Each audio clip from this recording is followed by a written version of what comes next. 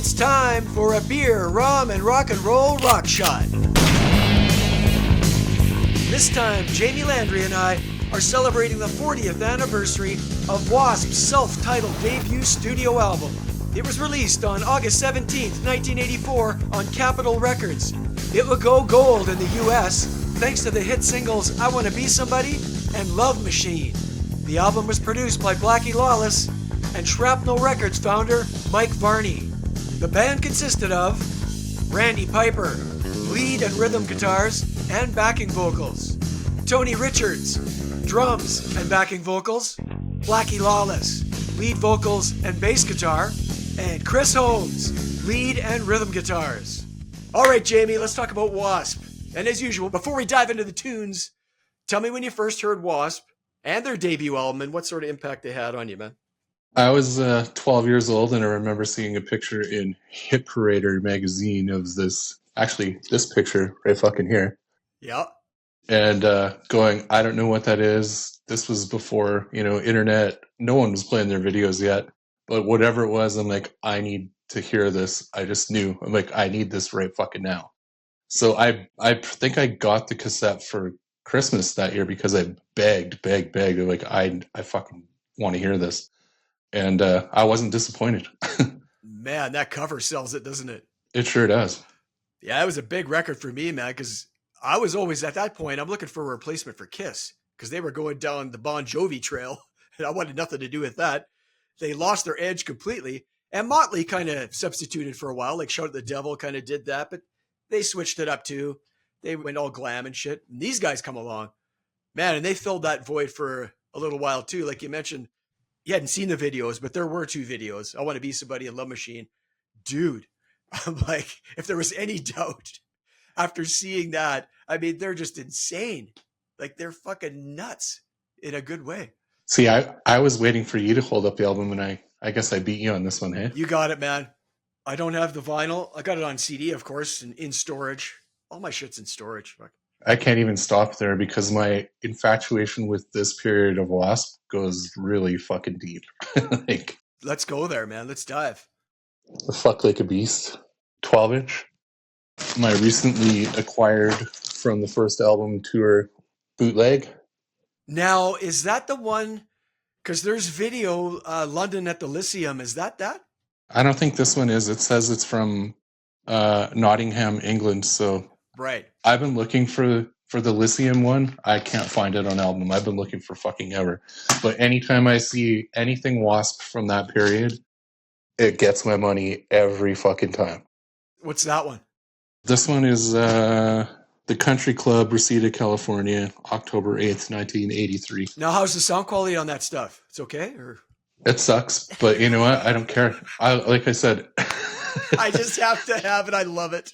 I have to have it. Like I have this too. The fucking 30th anniversary edition CD comes with the booklet and all this shit. Like I just love that period of W.A.S.P. If I see any of it, anytime I see it, like I don't even want to tell you what I paid for those two albums. It's fucking stupid. Like, but I walked into the store and it was like, I'm never going to see these again. Here, just take my money now. What's this going to cost me? Yeah, exactly. You don't even want to look. Fuck. Well, you're the right guy to have on this one, man. Absolutely. We mentioned Live at the Lyceum. I mean, that show, holy fuck, dude. I mean, it makes Kiss look like the Osmonds. I mean, you got Blackie throwing raw meat into the crowd. His fucking ass is hanging out of his pants. They got a topless chick on a fucking rack. I mean, they are out there, dude. Unbelievable. It was a lot to handle when you're a teenager. You're just fucking wide-eyed. What the fuck? And honestly, it's almost like you didn't even care if their songs were good. They just looked so fucking cool. And at the same time, kind of scared the shit out of you at the same time. So it was like, I don't know, here, just have all my money. Totally. They were a bit scary, man. I mean, eventually they dialed it down, but out of the gate, man, they were pushing the envelope hard. Musically, lyrically, the live show, everything. Yep. The only thing that sucks about that, if you've watched that Lyceum show, obviously. Not for a long time, but yes, I've seen it. And I just revisited it recently because we were doing this. And there's fake crowd noise on it, which is fine, but it's so hot in the mix, it just sounds stupid. Like they cut to the crowd and they're cheering, but not like that. Like it's hilarious. Yeah. And the background vocals are fake and that kind of stuff, but whatever. I'm just a sucker for shock rock acts, man. I like Kiss, Alice, Manson, Rob Zombie. I mean, I just love that kind of stuff. But they had great songs to back it up too, I think. Okay, man, let's do some fun facts on this Wasp debut. Yeah, I mean, you're going to know all this, I'm sure. But prior to its original release, Animal, which is the album you held up a minute ago, was deleted from the album because the PMRC had it as part of the Filthy 15, deeming it morally objectionable. So Capitol Records caved and took it off the album. So that's the one I have without that on it, right? And then they released it as a single in the UK, and it became like a real rarity, real sought after item in North America as an import. And then 1998, they put the song back on when they did the reissue, as it should be. What else can I tell you? The video for I Want to Be Somebody was so popular, Jamie, that VH1 placed it on their list of the top 100 hard rock songs of all time. That's not bad. And my last fun fact is, there's always speculation over the origin of the band's name, because does it stand for anything? Because it's an acronym, right? Because it's got the periods on it. So I guess on the US release, the words "We Are Sexual Perverts" was inscribed on it somewhere. But then Blackie's always avoiding the question. And I guess in one interview, they asked him what it stood for. He goes, "We ain't sure, pal." Get it? Who cares? I mean, it just sounds cool and it looks cool with the periods. Nothing looks cool with period on it. Boom! Set and spike. Someone had to say it. Okay, man, let's talk about the tunes. There's 10 tracks in total, clocking into 38, 14. All songs written by Blackie Lawless except 2. The Flame was written by Blackie, Chris Holmes, and this cat named Jay Marquez. I don't know who the fuck that is. And the song Tormentor was Blackie and Chris Holmes. All right, man. This was tough to do, but let's try to pick our top 3, man, because there's a lot of good tracks on this album. So what's your first one that you love? Well, just because you said it got added back onto the album, honestly, Animal Fuck Like a Beast is my favorite song ever from W.A.S.P. It's awesome. Really? Yes. Oh my God. Now, let me ask you this. If it didn't have the crazy lyrics, like musically, you think it's that strong too? It's just heavy. Yeah. I love that riff. It's fucking cool. It might be on my top 10 W.A.S.P. songs, maybe. I don't know. I don't love it like you do. I mean, it's definitely cool. Well, I mean, that riff aside, he says fuck in the song. I don't know if you knew that or not. And I'm typically a sucker for that, by the way. Like, I don't know what it is. Oh, he swore. I must like it. Yeah. I love Rage Against the Machine for that reason. Yeah. It's an awesome tune, man. And it pissed off fucking housewives worldwide. So that's always good. I think I love it more as well because, again, when I first got the thing, all these people were asking them in interviews about this song and I'd never heard it. I'm like, what the fuck is this song they keep talking about, right? What do you mean? What is this song? And then one day I happened to wander over to my friend's house and he's got this, I think it was a Japanese 12-inch that I held up. And as soon as they put that on, I was just like, holy shit, this is fucking insane. And he just said fuck.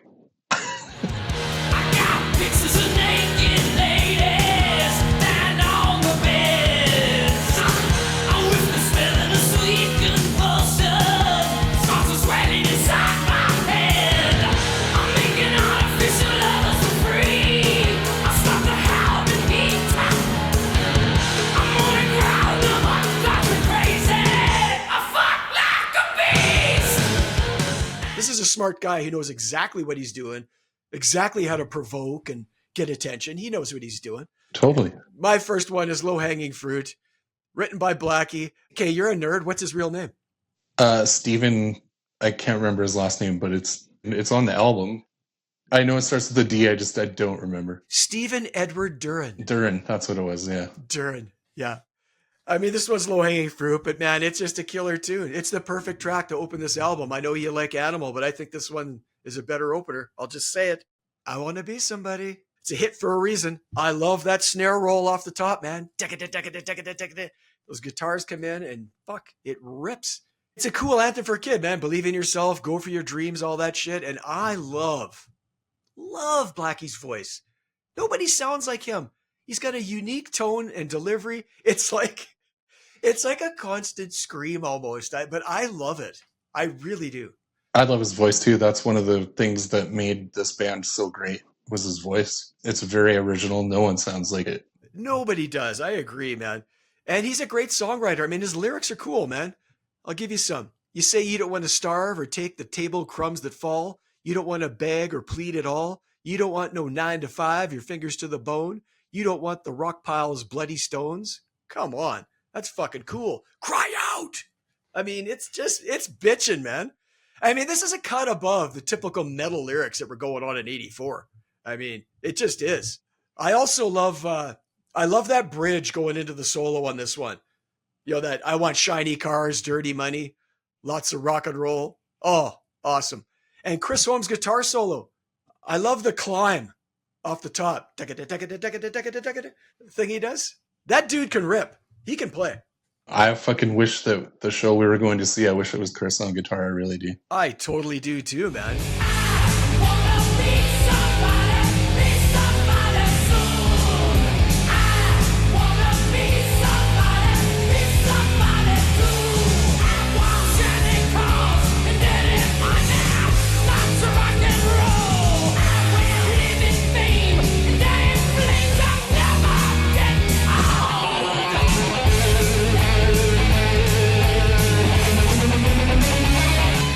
Track is tailor-made for arenas. That big chorus, it's just irresistible, man. It's my favorite on the album, but not by a ton, because there's a lot to like on this album, like I said. Again, they were dangerous. You can see it and you can feel it.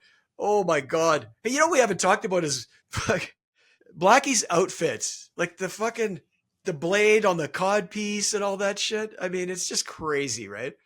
And the way he'd whip his hair around. Like that video is a prime example of that. He's standing on that thing in the middle and just, it's nuts. They were just larger than life, you know? It's like watching gods play. It was amazing. I agree. It's like how I thought of Kiss in the 70s, man. It was that same feeling, only these guys, you could tell, were way more dangerous. Like, holy fuck. Yeah. Now, speaking of those things they're standing on in the video, I think there's 3 of them. Did you ever watch that thinking, are they going to fall off? Like, it looks awkward. Like they're jumping on them and they're narrow. Like, it's like, are they going to stay on these things? It would be awesome to see the outtakes from it, wouldn't it? I guarantee they fell off. I fucking guarantee it.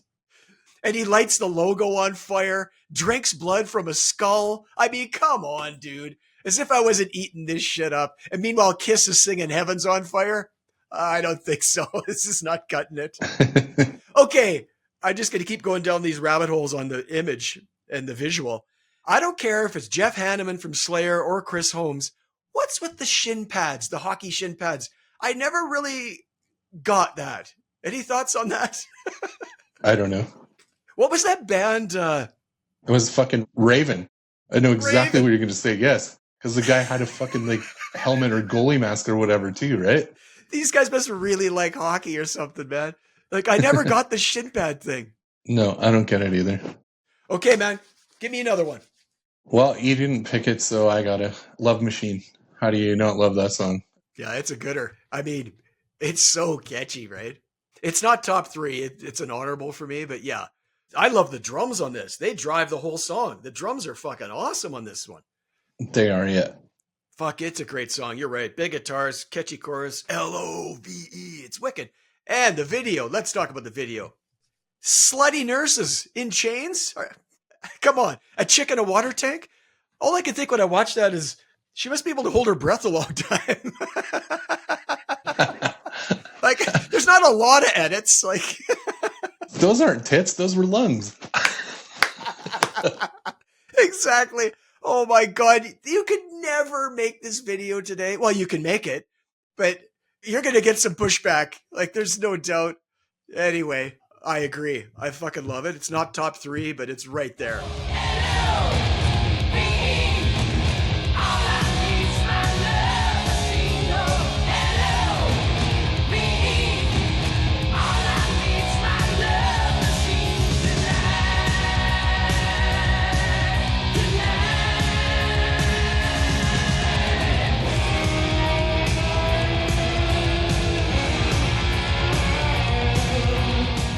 My next one, my number 2, man, I dig the build on this one.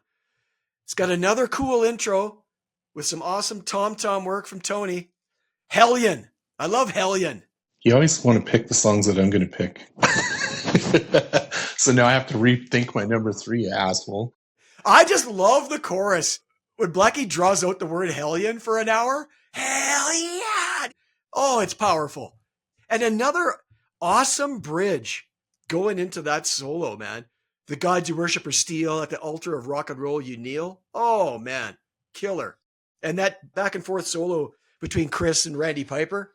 I mean, you can hear the two distinct styles and tones. Wicked. Hard Out, which I like. It kicks major ass. Hellion is fucking wicked. It's great. Oh, man. It's one of my favorites off of there for sure. Oh, yeah.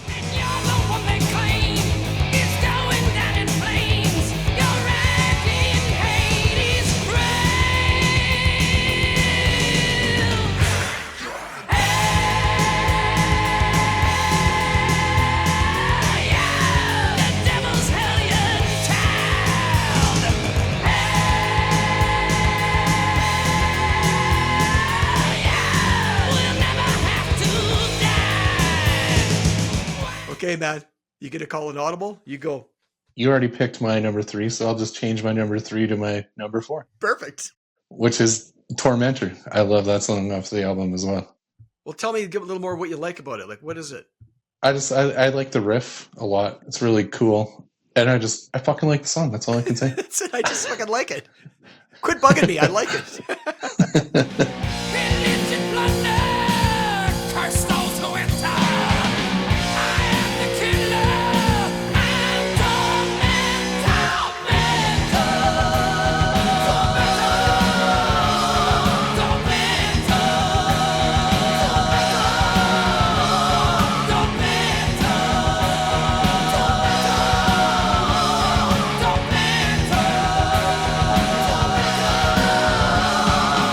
Okay, man, I'll take one.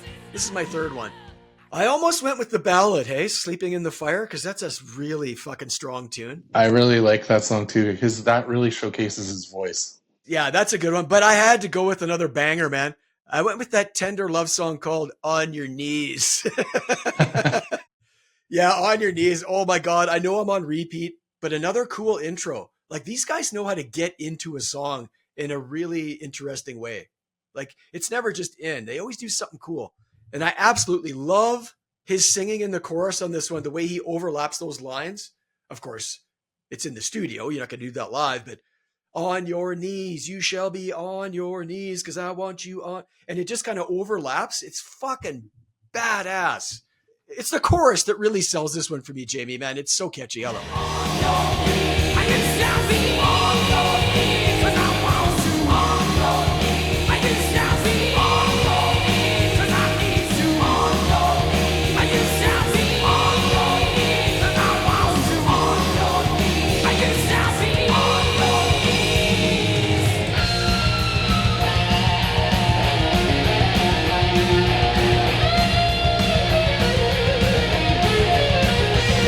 It's funny because I did listen to, like, that's on these albums that I showed you, the bootleg stuff. Yep. So live, it must be Chris and Randy singing the On Your Knees part, and Blackie's doing all the answer back stuff, right? Okay. And yeah, it doesn't sound the same. No.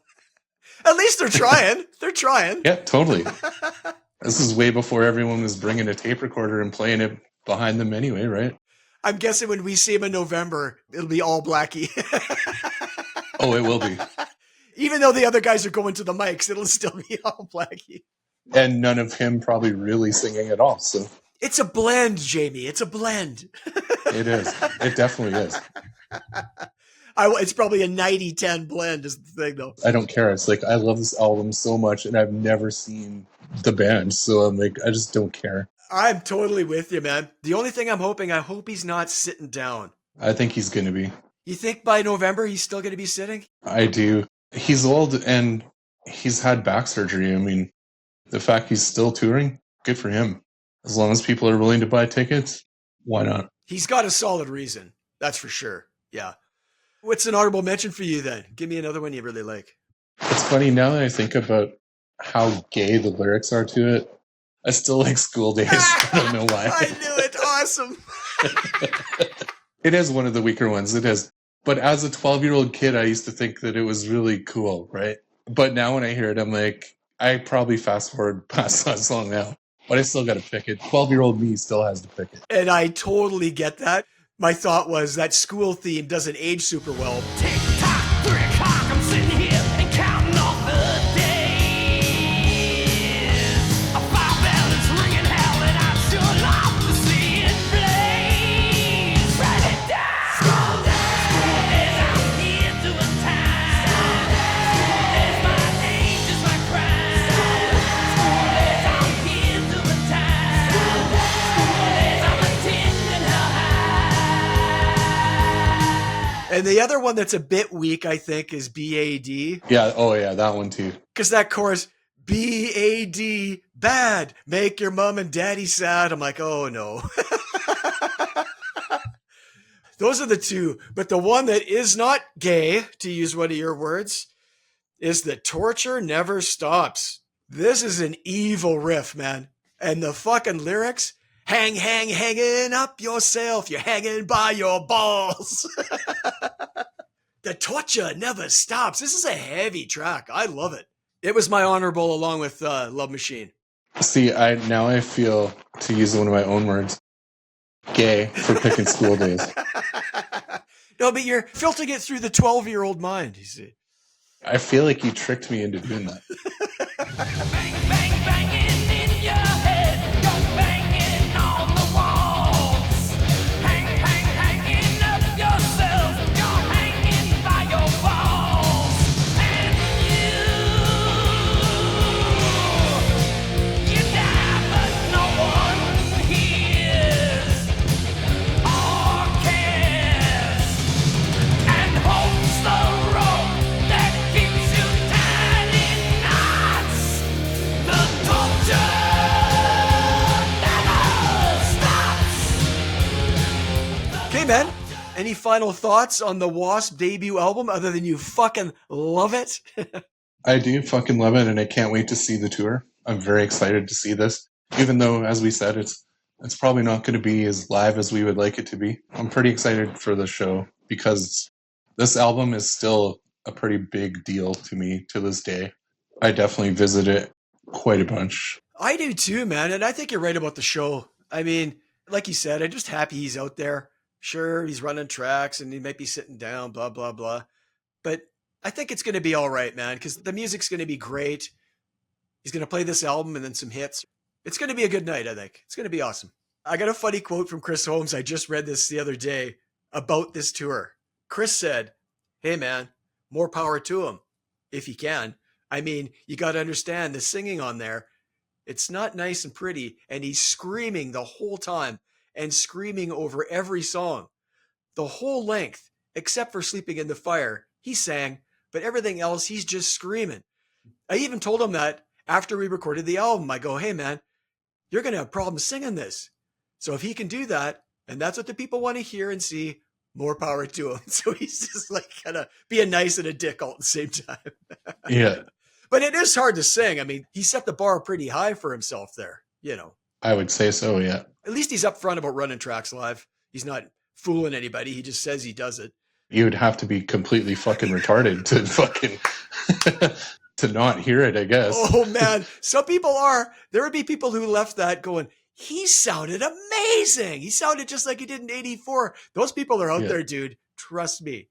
My final thoughts, it holds up. Like he said, when it comes up a rotation on my fucking iPod, I'm all over it, man. They're great metal songs. It's as simple as that. I do skip past School Days, though. I do. Well, School Days is not downloaded on my iPod. See? Yeah. It won't come up. All right, man. That's a wrap. Thanks for joining me once again, Jamie. That was awesome. Not everyone's a W.A.S.P. fan. Fuck yeah. So when I found out you were, I'm like, yes, we can talk about W.A.S.P. I love W.A.S.P. Me Seriously. too. What's your favorite album? Would it be this one? It's this one, yeah. It is, hey? I think I like the one we're going to talk about next more, just by a hair. I like Last Command. Really? I do, yeah. I do own it on vinyl. I don't know. There's something about the album that I don't like, and I can't put a specific finger on it right now. I just didn't think the songwriting was as good on that album. Songs like Sex Drive, come on. That's the fucking School Days of that album, isn't it? You know what? The more I'm thinking about it, maybe it's not as good as I think. I just wrecked your album for You you. did. Thank you guys for tuning in. We really appreciate you taking the time to hang with us. Let us know what you guys think of W.A.S.P's debut album in the comments. We'd love to hear what your thoughts and memories are too. You can find us on all the socials, wherever podcasts are broadcast. Don't forget to hit that subscribe button. Until next time, on behalf of Jamie and I, keep rock alive, people. Peace out. Elvis has left the building.